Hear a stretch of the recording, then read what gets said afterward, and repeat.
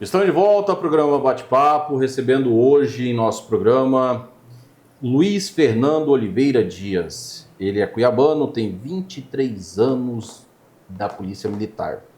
Hoje a patente dele é tenente-coronel da reserva, tem 41 anos e é vereador pela cidade de Cuiabá. Tenente-coronel Dias. Primeiramente, seja bem-vindo, uma satisfação e obrigado, por abrir a porta do seu gabinete e nos receber. Eu que agradeço. Você está vindo aqui, né, Crispim, visitar a Câmara. Essa aqui é a casa do povo, né, para discutir os problemas de Cuiabá e como o nosso Cuiabá precisa ser melhor. Eu é que agradeço a oportunidade que vocês estão me dando. Assim, minha experiência realmente é na Polícia Militar, mas o vereador aqui ele tem que discutir outras coisas também, como saneamento básico, esgoto, água, transporte, iluminação. Então, tudo isso é o papel do vereador, mas eu confesso que a minha vocação é para a segurança pública mesmo. Certo. Eu queria que o senhor falasse um pouquinho para a gente, antes do mandato, como que foi essa trajetória até o senhor conseguir, o seu primeiro ano de mandato, né? Como que foi as eleições ano passado e como que está sendo essa experiência?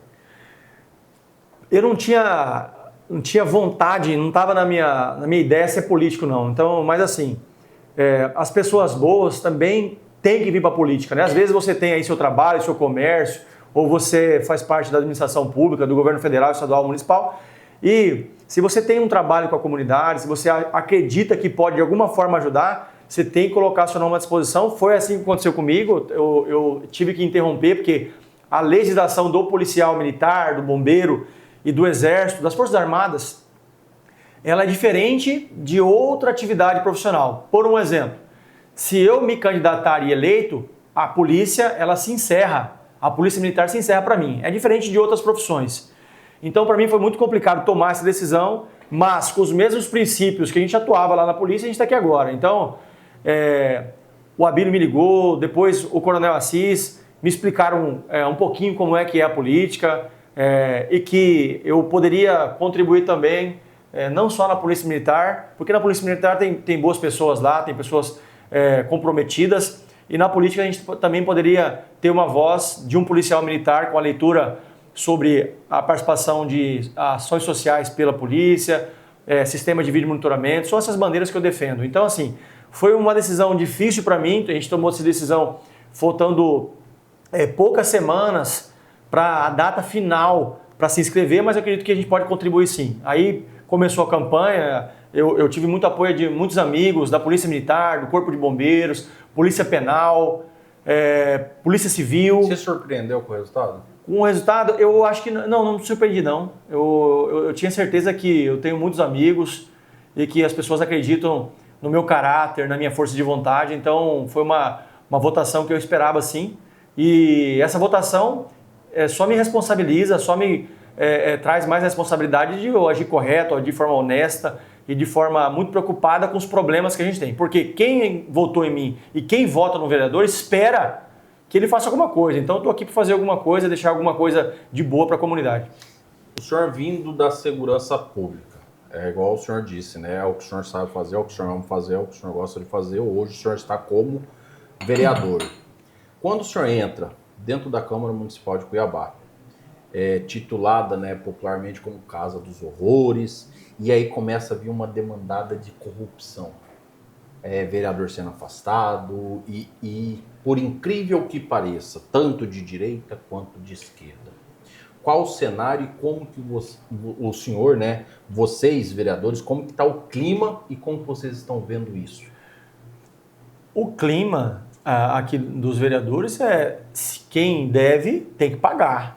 Eu acho que não tem ninguém aqui alisando ou passando panos para acobertar qualquer tipo de situação. Ao contrário, qualquer prova que for apresentada por qualquer um vereador, inclusive contra mim também, ela tem que ser investigada, avaliada. Então, assim, a gente foram 2 operações contra vereadores aqui, e eu acredito muito que se for aberto, tiver condições de abrir a comissão processante, eles serão avaliados conforme as provas que estarão nos autos. O sentimento aqui é de trabalho. Então, o sentimento aqui não é desse corporativismo entre os vereadores, não existe isso. Então, nós estamos aqui unidos, são 11 vereadores novos, tem 9 mulheres. A presidência, fui um dos primeiros vereadores que falou assim, vou bancar essa candidatura da mulher, da Paula Calil. Um outro vereador estava concorrendo, que é o Chico 2000, e nós, eu de forma muito bem clara, sabia que eu queria, que é uma pessoa que representa o novo, no caso a vereadora Paula. Os sentimentos que os vereadores têm aqui é que nós precisamos entregar alguma coisa de verdade para a comunidade, para Cuiabá. Então é por isso que as definições, as decisões do Abílio, os projetos de leis são por nós protegidos, porque nós sabemos que não tem corrupção, você não tem acordo, e são projetos que visam um atendimento para as pessoas que mais precisam. Por exemplo, domingo, hoje a família pode pegar ônibus gratuitamente, sem pagar nada, pode visitar parente, pode... agora, tivemos uma aprovação de uma lei agora para os idosos, teve um remanejamento na lei orçamentária para ajudar os idosos. Então, ok. Então aqui não tem conchavo, não tem acordo, não tem conversa de propina. Então eu estou muito satisfeito por ver uma Câmara hoje com pessoas que querem fazer realmente o bem. Agora, a questão do nome Casa dos Horrores, isso aí toda vez que tiver algum problema com o vereador, esse nome vai voltar. Então para mim nem é uma meta de, vou reconstruir esse... Não, porque parece que esse nome, vez ou outra, que alguém da imprensa queira se referir a algum vereador que falhou, esse nome vai estar à tona. Ou por discussão entre algum vereador, ou por corrupção, ou por falha de alguma questão. Então esse nome pegou, eu acho muito difícil. Eu não me preocupo com isso. O que eu vou me preocupar? Em fazer o meu papel, ser transparente, ser contundente e desta forma contribuir para uma Câmara dos Vereadores transparente.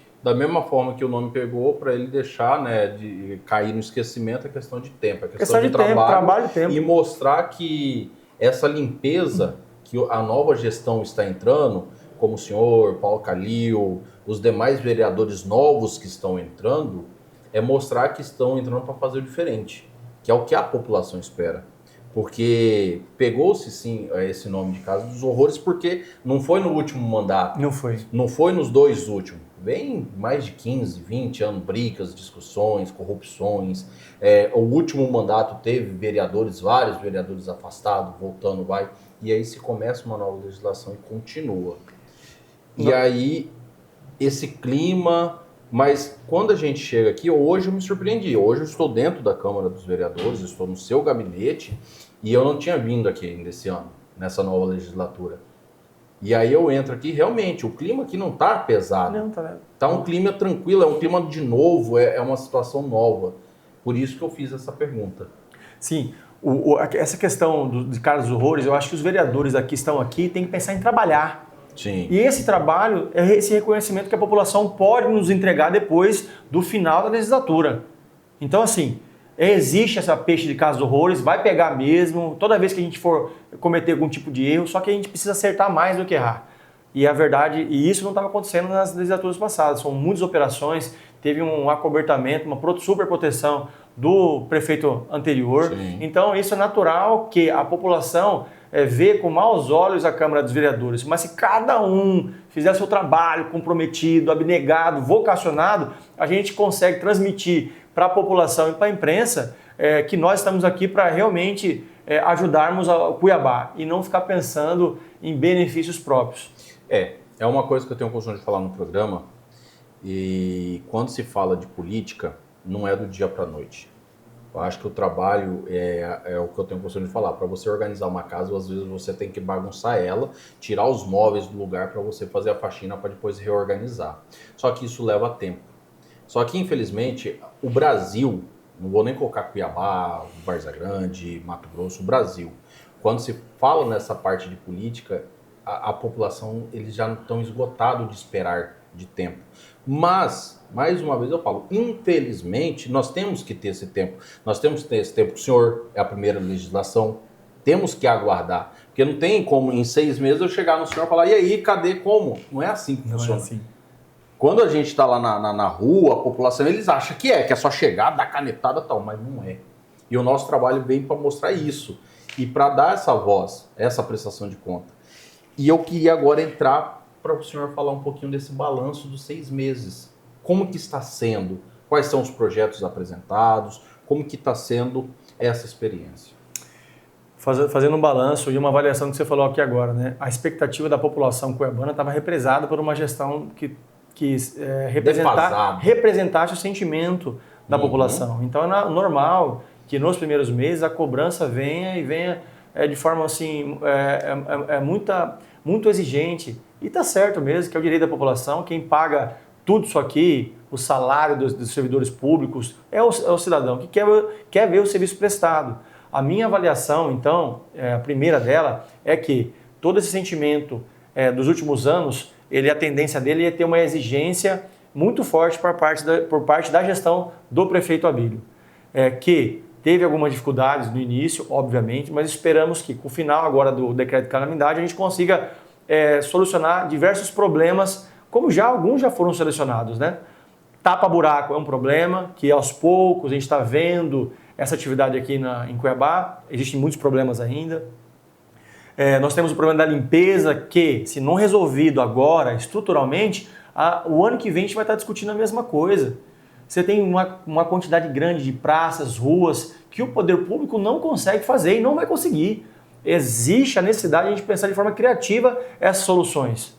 Por um exemplo, você tem a questão do IPTU sustentável. Se você tem uma casa com alguns elementos, você consegue diminuir o seu IPTU de 2,5% até 25%. Ora, por que essa mesma lógica não pode ser na praça da frente da sua casa que você, ou sua casa ou seu prédio, consiga fazer a manutenção de forma organizada pela prefeitura?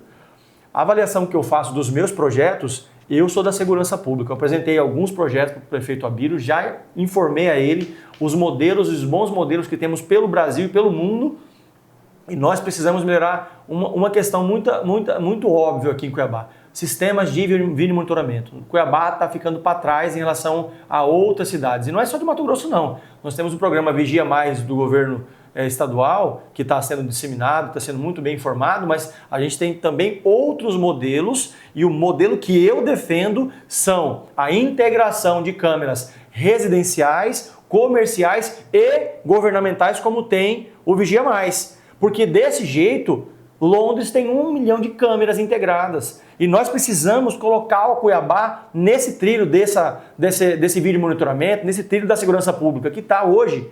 Nós vivemos uma situação muito delicada. Hoje a periferia, campo de futebol, a prática, lazer, está sendo objeto-alvo de facções criminosas. Sim. Porque isso atrai muito a comunidade, isso atrai muito o adolescente e também a política de pão e circo. Por isso que eu tenho falado muito com o prefeito, para que nos dê atenção, para que esses problemas nós consigamos ser resolvidos. O problema que acontece hoje no campo de futebol foi o problema que há 10 anos atrás nós deixamos de ocupar esses espaços, e quem ocupou esse espaço por nossa negligência foram as facções. E nós precisamos fazer esse resgate desses espaços públicos para que o referencial dos jovens que queiram crescer seja a polícia militar, seja o trabalhador, seja o médico, e não o faccionado como está sendo no dia de hoje. Hoje nós temos um combate a essas facções, mas a verdade é que se nada for feito de forma perene e constante, tudo isso pode nos engolir de forma muito silenciosa. Falando em segurança pública, é um tema muito delicado quando a gente toca, principalmente na parte do feminicídio. Eu sempre venho batendo esse martelo, nesse prego, há anos dentro do meu programa. Já entrevistei a senadora, já entrevistei o deputado, o governador, agora com o senhor que faz parte da segurança pública. E nós vimos que corre, que muda armamento, vídeo monitoramento, mas todos os dias, vereador, tem um caso de manchete, uma barbaridade, e não reduz. Onde e como o senhor vê que dá para solucionar isso? Assim, primeiro, eu acredito muito na prevenção da juventude, mas eu acredito muito também na repressão firme. Desculpa interromper, mas parece que o bandido, que aquele estuprador, que aquele marginal que bate, que mata a mulher, ele não tem nem medo da polícia. Não tem medo.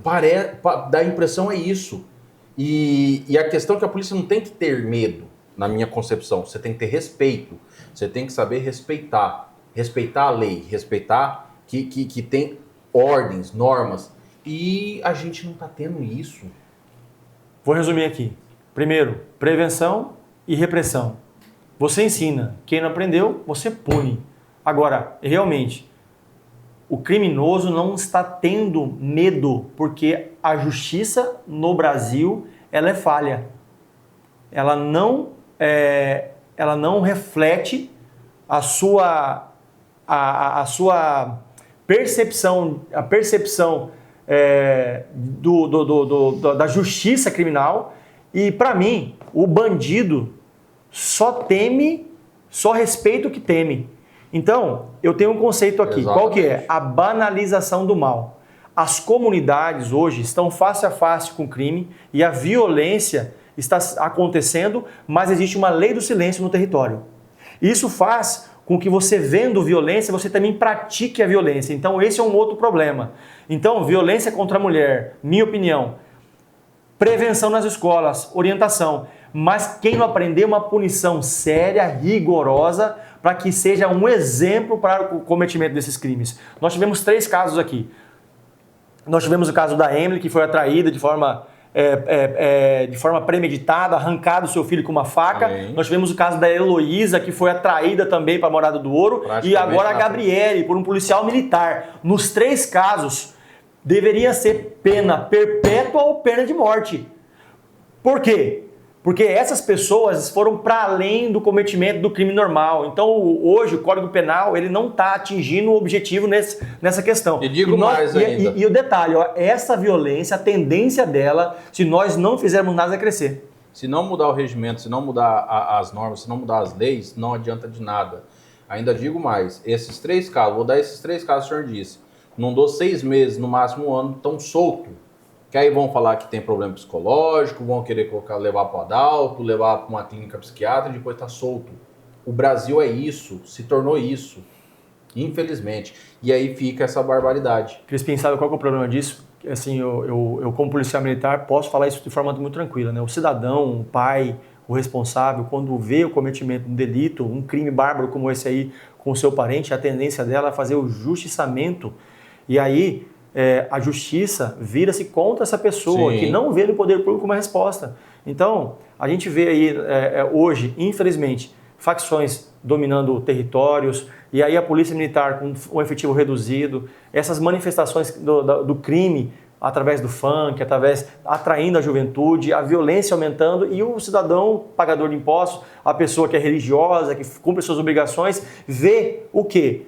Você vê o crime sendo organizado só avançando, você vê o crime organizado avançando para as comunidades. O poder público com a sua limitação burocrática das legislações.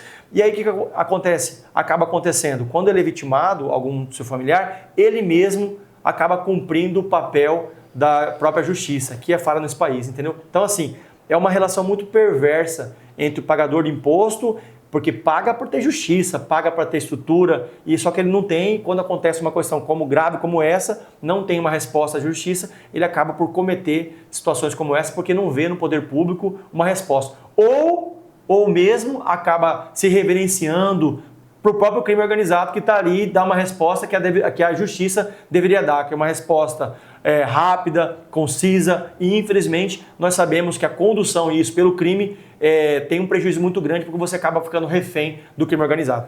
Certo. Vereador, nós temos na televisão, ele não passa, ele voa, é muito rápido, mas antes de encerrar, eu quero já de antemão deixar o convite aberto para a gente fazer uma outra entrevista, a gente fazer um outro bate-papo só com esse tema, segurança pública.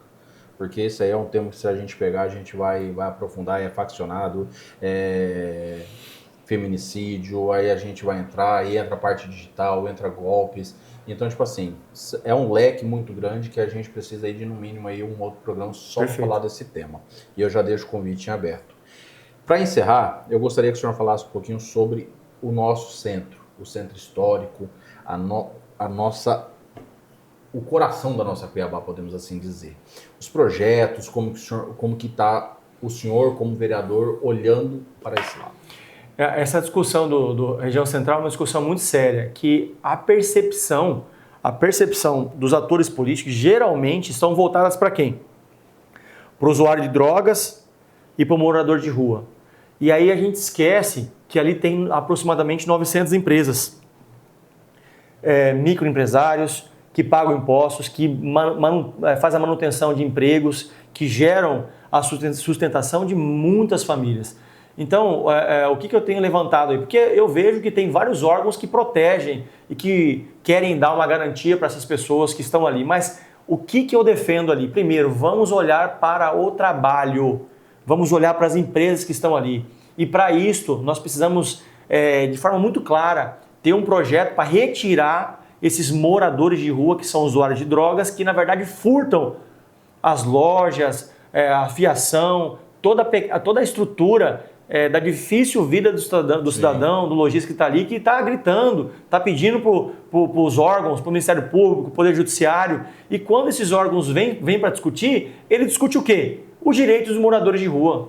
O Alexandre de Moraes agora mandou instalar um bebedouro aqui no centro. Então, assim, a pessoa ali, geralmente é viciada em droga, ele tem o quê? Ele tem alimentação entregue pela igreja ou pelo poder público. Pessoas bem intencionadas, mas olha só a condição deles. Tem alimentação que é entregue pelo poder público ou por igrejas. Você tem ali lojas para ele poder furtar, para poder comprar droga. Então, vira um ciclo vicioso. Sim. O que nós temos que pensar ali? Internação compulsória daquelas pessoas e linkar um projeto à reintegração por meio do trabalho. De outra forma, nós só estamos empurrando o problema e matando a região central a conta-gotas. Para resolver o problema, primeiro, nós precisamos de uma liderança muito forte do poder executivo. Para quê? Para chamar o Ministério Público, Poder Judiciário, Defensoria e darmos uma orientação, porque não adianta cada um ficar puxando para um canto. Então eu estou vendo isso há muitos anos. Nós não queremos que na gestão do Abílio, a gente vai em 2028, nós vamos olhar para trás e entregarmos uma situação a mesma que estamos vivendo hoje, a sensação vai ser que nós não fizemos um bom trabalho. Então, uma boa oportunidade está aí para o prefeito Abílio. Nós temos aqui o TCE também, está muito atento a isso, o Sérgio Ricardo, o conselheiro. Temos o Ministério Público, Poder Judiciário, todo mundo pode fazer alguma coisa. O que não pode é ninguém fazer nada. Concordo plenamente. Bom, mais uma vez eu quero agradecer, tá? Como de praxe eu tenho costume, todos os novos, né, políticos, quando pegam o seu primeiro mandato, eu tento transmitir a informação da população. Eu desejo toda a sorte do mundo, que Deus o abençoe, que tenha um ótimo mandato e que possa sim ajudar e muito a nossa querida Cuiabá. Que Deus abençoe imensamente sua vida e seu trabalho. Aquela câmera está fechadinha no senhor, suas considerações finais. Cuiabá, Várzea Grande, o estado inteiro nos assiste através da TV Band. Fica à vontade. Aqui, essa casa, Cuiabá e Mato Grosso, pertence a todos nós. E você que está me assistindo aqui, o poder vem de vocês, o poder vem do povo. Nós estamos aqui apenas para refletir o sentimento que vocês carregam aí. Então, não tenham medo de se posicionar, de falar, de cobrar, de sugerir. Nós precisamos colocar Cuiabá no trilho do desenvolvimento. Nós precisamos colocar Cuiabá no setor industrial. Até agora não foi discutido isso. Nós precisamos criar oportunidades para os nossos jovens, qualificação, orientação, tirar esses jovens da internet que induz ao crime. Você está vendo aí o funk sendo apropriado como instrumento cultural do crime organizado. Nós não podemos perder essa batalha. Portanto, faça da Câmara dos Vereadores também a sua casa. Você tem instrumentos como a internet, você tem a imprensa. Então nós não podemos perder a capacidade de nós indignarmos com os problemas que nós vivemos. Desta forma, nós vamos garantir um futuro melhor para as próximas gerações, que é o nosso compromisso, que deve ser o seu compromisso, que deve ser o compromisso de todos os órgãos públicos e da população em geral. Tamo junto, conte com o Tenente Coronel Dias por aqui. Obrigado. Mais uma vez, muito obrigado. Obrigado, Deus meu irmão. abençoe. Valeu. Nós vamos para um breve intervalo e já voltamos.